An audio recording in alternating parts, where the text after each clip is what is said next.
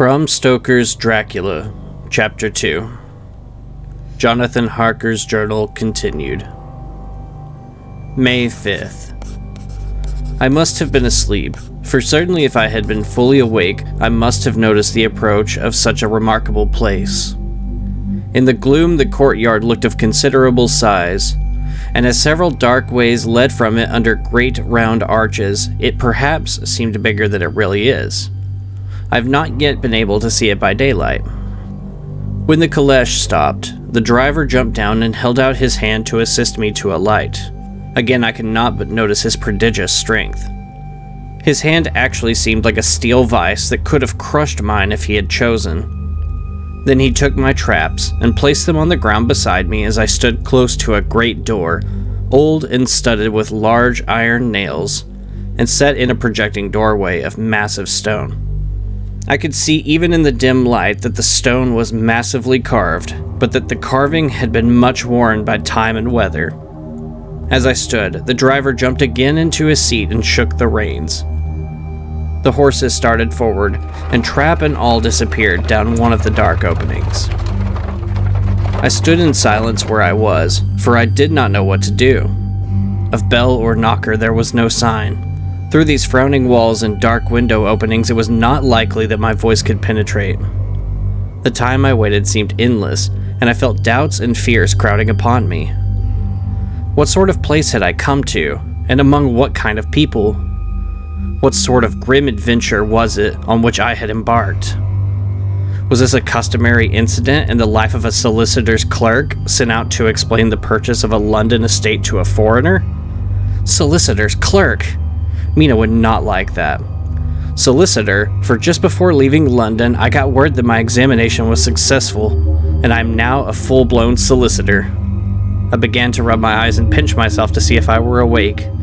It all seemed like a horrible nightmare to me, and I expected that I should suddenly awake and find myself at home, with the dawn struggling in through the windows, as I had now and again felt in the morning after a day of overwork. But my flesh answered the pinching test, and my eyes were not to be deceived. I was indeed awake and among the Carpathians. All I could do now was be patient, and to wait the coming of morning. Just as I had come to this conclusion, I heard a heavy step approaching the great door, and saw through the chinks the gleam of a coming light. Then there was the sound of rattling chains and the clanking of massive bolts drawn back. A key was turned with the loud grating noise of long disuse, and the great door swung back. Within stood a tall old man, clean-shaven save for a long white mustache, and clad in black from head to foot, without a single speck of color about him anywhere. He held in his hand an antique silver lamp, in which the flame burned without a chimney or globe of any kind, throwing long quivering shadows as it flickered in the draught of the open door. The old man motioned me in with his right hand, with a courtly gesture, saying in excellent English, but with a strange intonation, "Welcome to my house. Enter freely and of your own free will." He made no motion of stepping to meet me, but stood like a statue, as though his gesture of welcome had fixed him into stone. The instant, however, that I had stepped over the threshold, he moved impulsively forward, and holding out his hand, grasped mine with a strength which made me wince, an effect which was not lessened by the fact that it seemed cold as ice, more like the hand of the dead than a living man. Again he said, "Welcome to my house. Enter freely, go safely, and leave some of the happiness you bring." The strength of the handshake was so much akin to that which I had noticed in the driver, whose face I had not seen, that for a moment I doubted if it were not the same person to whom I was speaking. So to make sure, I said interrogatively, "Count Dracula?" He bowed in a courtly way as he replied, "I am Dracula, and I bid you welcome, Mr. Harker, to my house. Come in, the night air is chill, and you must need to eat and rest." As he was speaking, he put the lamp on a bracket on the wall, and stepping out, took my luggage. He had carried it in before I could forestall him. I protested, but he insisted. "Nay, sir, you are my guest. It is late, and my people are not available. Let me see to your comfort myself." He insisted on carrying my traps along the passage, and then up a great winding stair, and along another great passage, on whose stone floor our steps rang heavily. At the end of this he threw open a heavy door, and I rejoiced to see within a well-lit room in which a table was spread for supper, and on whose mighty hearth a great fire of logs, freshly replenished, flamed and flared. The Count halted, putting down my bags, closed the door, and, crossing the room, opened another door, which led into a small octagonal room lit by a single lamp, and seemingly without a window of any sort. Passing through this, he opened another door and motioned me to enter. It was a welcome sight, for here was a great bedroom well lighted and warmed with another log fire, also added to but lately, for the top logs were fresh, which sent a hollow roar up the wide chimney. The Count himself left my luggage inside and withdrew, saying, before he closed the door, "You will need, after your journey, to refresh yourself by making your toilet. I trust you will find all you wish. When you are ready, come into the other room, where you will find your supper prepared." The light and warmth and the Count's courteous welcome seemed to have dissipated all my doubts and fears. Having then reached my normal state, I discovered that I was half famished with hunger. So making a hasty toilet, I went into the other room. I found supper already laid out. My host, who stood on one side of the great fireplace, leaning against the stonework, made a graceful wave of his hand to the table and said, "I pray you, be seated and sup how you please. You will, I trust, excuse me that I do not join you, but I have already dined, and I do not sup." I handed to him the sealed letter which Mr. Hawkins had entrusted to me. He opened it and read it gravely. Then, with a charming smile, he handed it to me to read. One passage of it, at least, gave me a thrill of pleasure. "I must regret that an attack of gout, from which malady I am a constant sufferer, forbids absolutely any traveling on my part for some time to come. But I'm happy to say I can send a sufficient substitute, one in whom I have every possible confidence. He is a young man, full of energy and talent in his own way, and of a very faithful disposition. He is discreet and silent, and has grown into manhood in my service. He shall be ready to attend on you when you will during his stay, and shall take your instructions in all matters." The Count himself came forward and took off the cover of a dish, and I fell to at once on an excellent roast chicken. This, with some cheese and a salad and a bottle of old Tokay, of which I had 2 glasses, was my supper. During the time I was eating it, the Count asked me many questions as to my journey, and I told him by degrees all I had experienced. By this time I had finished my supper, and by my host's desire had drawn up a chair by the fire and begun to smoke a cigar which he offered me, at the same time excusing himself that he did not smoke. I had now an opportunity of observing him, and found him of a very marked physiognomy. His face was a very strong, aquiline, with high bridge of the thin nose and peculiarly arched nostrils, with lofty domed forehead and hair growing scantily round the temples but profusely elsewhere. His eyebrows were very massive, almost meeting over the nose, and with bushy hair that seemed to curl in its own profusion. The mouth, so far as I could see it under the heavy mustache, was fixed and rather cruel-looking, with peculiarly sharp white teeth. These protruded over the lips, whose remarkable ruddiness showed astonishing vitality in a man of his years. For the rest, his ears were pale, and at the tops extremely pointed. The chin was broad and strong, and the cheeks firm, though thin. The general effect was one of extraordinary pallor. Hitherto I had noticed the backs of his hands as they lay on his knees in the firelight, and they had seemed rather white and fine. But seeing them now close to me, I could not but notice that they were rather coarse, broad, with squat fingers. Strange to say, there were hairs in the center of the palm. The nails were long and fine, and cut to a sharp point. As the Count leaned over me and his hands touched me, I could not repress a shudder. It may have been that his breath was rank, but a horrible feeling of nausea came over me, which, do what I would, I could not conceal.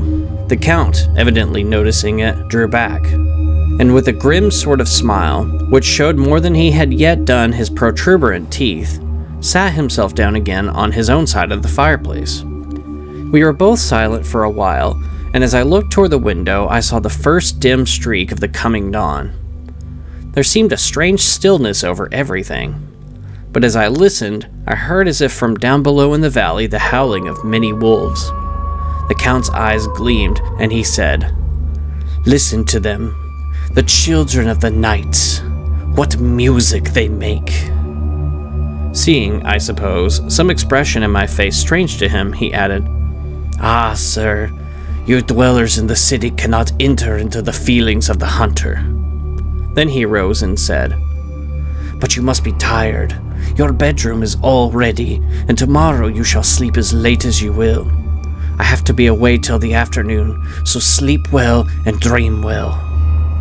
With a courteous bow, he opened for me himself the door to the octagonal room, and I entered my bedroom. I am all in a sea of wonders. I doubt. I fear. I think strange things which I dare not confess to my own soul. God keep me, if only for the sake of those dear to me. May 7th. It is again early morning, but I have rested and enjoyed the last 24 hours. I slept till late in the day and awoke of my own accord. When I had dressed myself, I went into the room where we had supped and found a cold breakfast laid out, with coffee kept hot by the pot being placed on the hearth. There was a card on the table on which was written, "I have to be absent for a while. Do not wait for me. D." I said to and enjoyed a hearty meal. When I had done, I looked for a bell so that I might let the servants know I had finished, but I could not find one. There are certainly odd deficiencies in the house, considering the extraordinary evidences of wealth which are round me. The table service is of gold, and so beautifully wrought that it must be of immense value. The curtains and upholstery of the chairs and sofas and the hangings of my bed are of the costliest and most beautiful fabrics. It must have been of fabulous value when they were made, for they are centuries old, though in excellent order. I saw something like them in Hampton Court, but they were worn and frayed and moth-eaten. But still in none of the rooms is there a mirror. There is not even a toilet glass on my table, and I had to get the little shaving glass from my bag before I could either shave or brush my hair. I have not yet seen a servant anywhere, or heard a sound near the castle except the howling of wolves. Some time after I had finished my meal, I do not know whether to call it breakfast or dinner, for it was between 5 and 6 o'clock when I had it, I looked about for something to read, for I did not like to go about the castle until I had asked the Count's permission. There was absolutely nothing in the room, book, newspaper, or even writing materials, so I opened another door in the room and found a sort of library. The door opposite mine I tried, but found locked. In the library I found, to my great delight, a vast number of English books, whole shelves full of them, and bound volumes of magazines and newspapers. A table in the center was littered with English magazines and newspapers, though none of them were of very recent date. The books were of the most varied kind: history, geography, politics, political economy, botany, geology, law, all relating to England and English life and customs and manners. There were even such books of reference as the London Dictionary, the Red and Blue Books, Whitaker's Almanac, the Army and Navy lists, and it somehow gladdened my heart to see it, the Law List. Whilst I was looking at the books, the door opened and the Count entered. He saluted me in a hearty way and hoped that I had had a good night's rest. Then he went on. "I am glad you found your way in here, for I am sure that there is much that will interest you.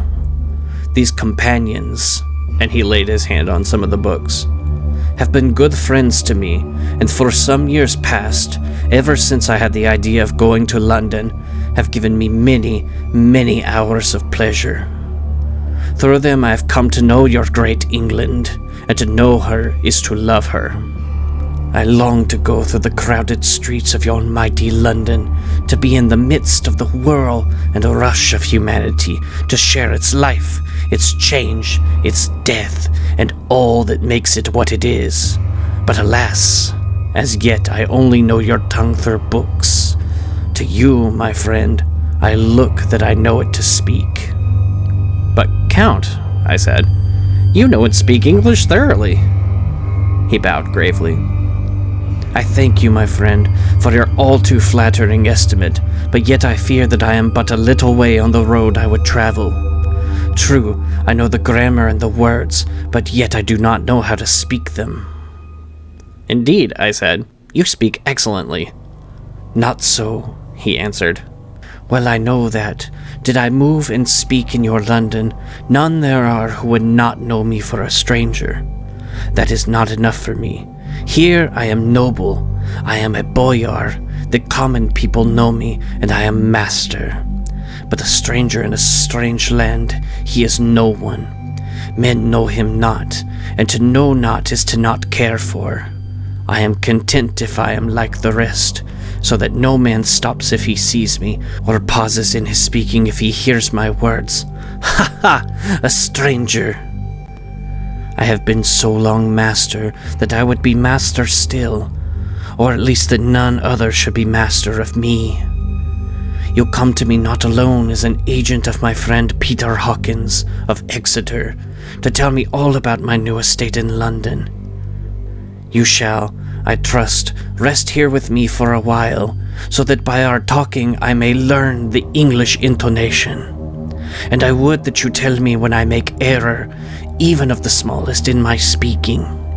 I am sorry that I had to be away so long today, but you will, I know, forgive one who has so many important affairs in hand. Of course I said all I could about being willing, and asked if I might come into that room when I chose.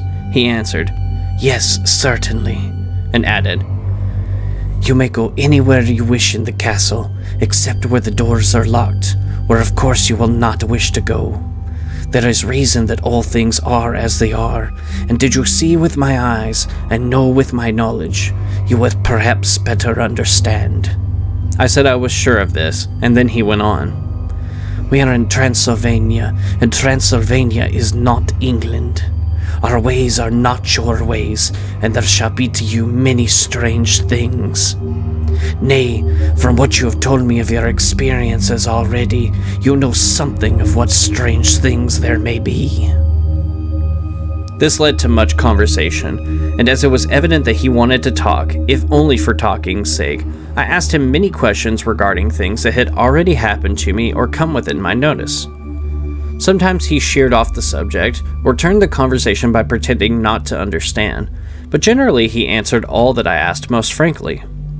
Then as time went on, and I had got somewhat bolder, I asked him of some of the strange things of the preceding night, as, for instance, why the coachman went to the places where he had seen the blue flames.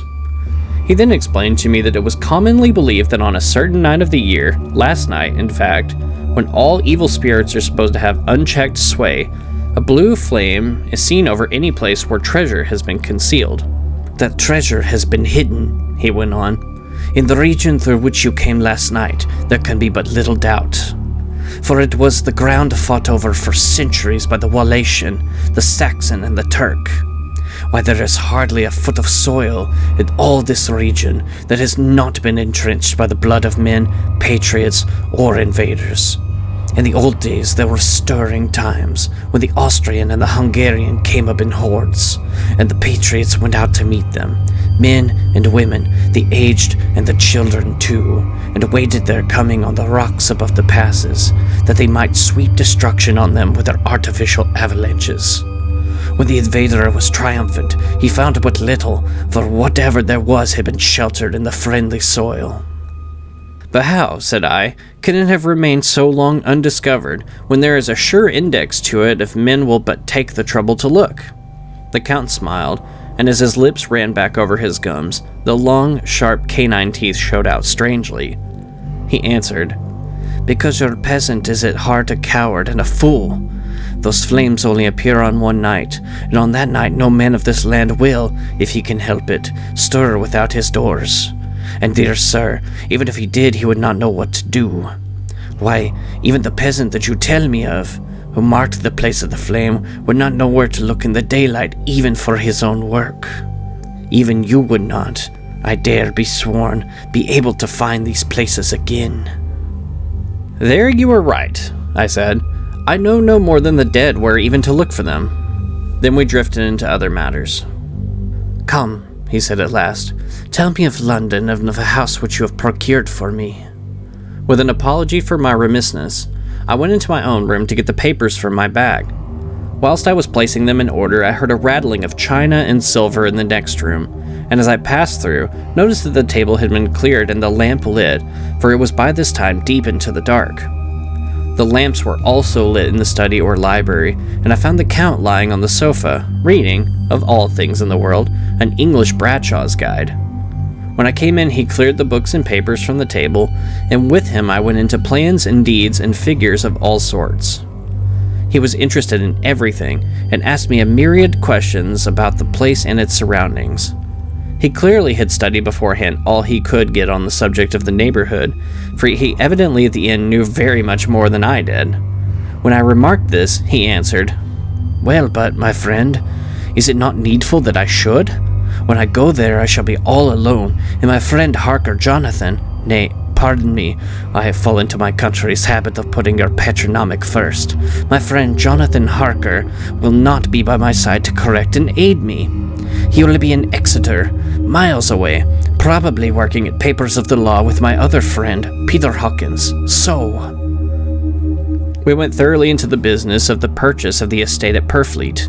When I had told him the facts and got his signature to the necessary papers, and had written a letter with them ready to post to Mr. Hawkins, he began to ask me how I had come across so suitable a place.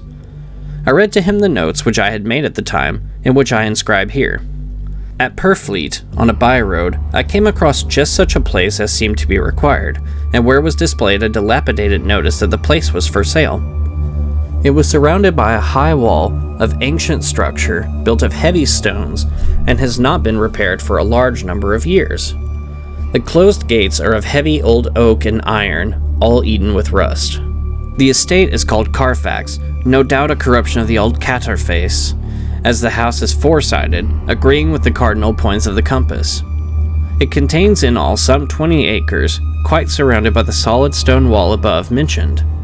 There are many trees on it, which make it in places gloomy, and there is a deep, dark-looking pond or small lake, evidently fed by some springs, as the water is clear and flows away in a fair-sized stream. The house is very large and of all periods back, I should say, to medieval times, for one part is of stone immensely thick, with only a few windows high up and heavily barred with iron. It looks like part of a keep, and is close to an old chapel or church. I could not enter it, as I had not the key of the door leading to it from the house, but I have taken with my Kodak views of it from various points. The house had been added to, but in a very straggling way, and I can only guess at the amount of ground it covers, which must be very great. There are but few houses close at hand, one being a very large house only recently added to and formed into a private lunatic asylum. It is not, however, visible from the grounds. When I had finished, he said, "I am glad that it is old and big. I myself am of an old family, and to live in a new house would kill me. A house cannot be made habitable in a day, and after all, how few days go to make up a century. I rejoice also that there is a chapel of old times. We Transylvanian nobles love not to think that our bones may lie amongst the common dead. I seek not gaiety nor mirth, nor the bright voluptuousness of much sunshine and sparkling waters, which please the young and gay. I am no longer young, and my heart, through weary years of mourning over the dead, is not attuned to mirth. Moreover, the walls of my castle are broken. The shadows are many, and the wind breathes cold through the broken battlements and casements. I love the shade and the shadow, and would be alone with my thoughts which I may." Somehow his words and his look did not seem to accord, or else it was that his cast of face made his smile look malignant and saturnine. Presently, with an excuse, he left me, asking me to pull my papers together. He was some little time away, and I began to look at some of the books around me. One was an atlas, which I found open naturally to England, as if that map had been much used. On looking at it, I found in certain places little rings marked, and on examining these, I noticed that one was near London on the east side, manifestly where his new estate was situated. The other two were Exeter and Whitby on the Yorkshire coast. It was the better part of an hour when the Count returned. "Aha! he said. "Still at your books? Good, but you must not work always. Come, I am informed that your supper is ready." He took my arm, and we went into the next room, where I found an excellent supper ready on the table. The Count again excused himself, as he had dined out on his being away from home. But he sat as on the previous night, and chatted whilst I ate. After supper I smoked, as on the last evening, and the Count stayed with me, chatting and asking questions on every conceivable subject, hour after hour.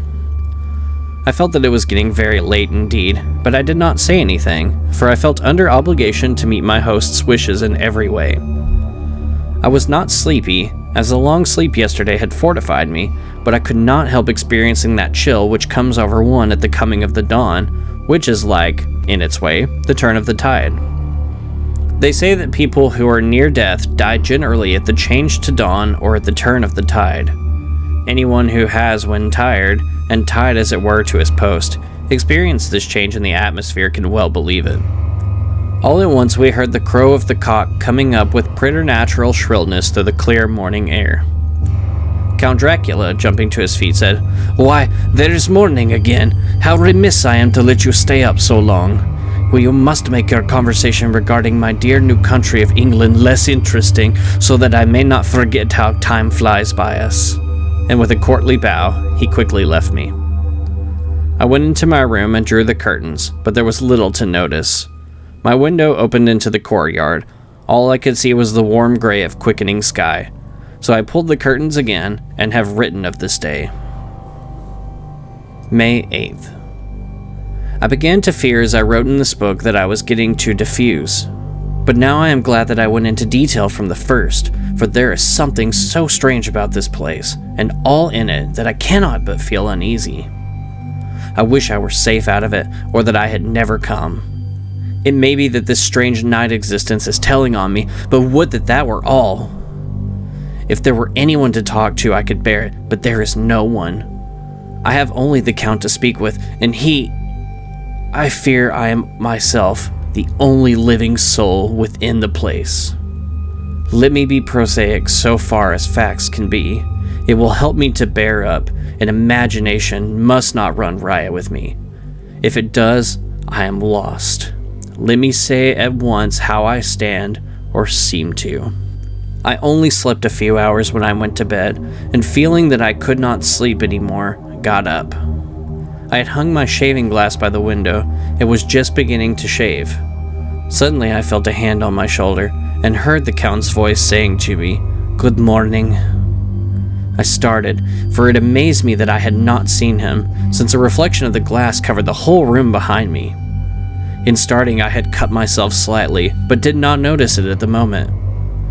Having answered the Count's salutation, I turned to the glass again to see how I had been mistaken. This time there could be no error, for the man was close to me, and I could see him over my shoulder. But there was no reflection of him in the mirror. The whole room behind me was displayed, but there was no sign of a man in it, except myself. This was startling, and coming on the top of so many strange things, was beginning to increase that vague feeling of uneasiness which I always have when the Count is near. But at that instant I saw that the cut had bled a little, and the blood was trickling over my chin. I laid down the razor, turning as I did so half round to look for some sticking plaster. When the Count saw my face, his eyes blazed with a sort of demoniac fury, and he suddenly made a grab at my throat. I drew away, and his hand touched the string of beads which held the crucifix. It made an instant change in him, for the fury passed so quickly that I could hardly believe it was ever there. "Take care," he said. "Take care how you cut yourself. It is more dangerous than you think in this country." Then, seizing the shaving glass, he went on, "And this is the wretched thing that has done the mischief. It is a foul bauble of man's vanity. Away with it!" And opening the window with one wrench of his terrible hand, he flung out the glass, which was shattered into 1,000 pieces on the stones of the courtyard far below. Then he withdrew without a word. It is very annoying, for I do not see how I am to shave, unless in my watch case or the bottom of the shaving pot, which is fortunately of metal. When I went into the dining room, breakfast was prepared, but I could not find the Count anywhere, so I breakfasted alone. It is strange that as yet I have not seen the Count eat or drink. He must be a very peculiar man. After breakfast I did a little exploring in the castle. I went out on the stairs and found a room looking towards the south. The view was magnificent, and from where I stood there was every opportunity of seeing it. The castle is on the very edge of a terrific precipice. A stone falling from the window could fall 1,000 feet without touching anything. As far as the eye can reach is a sea of green treetops, with occasionally a deep rift where there is a chasm. Here and there are silver threads where the rivers wind in deep gorges through the forests. But I am not in heart to describe beauty, for when I had seen the view I explored further. Doors, doors, doors everywhere, and all locked and bolted. In no place save from the windows and the castle walls is there an available exit. The castle is a veritable prison, and I am its prisoner.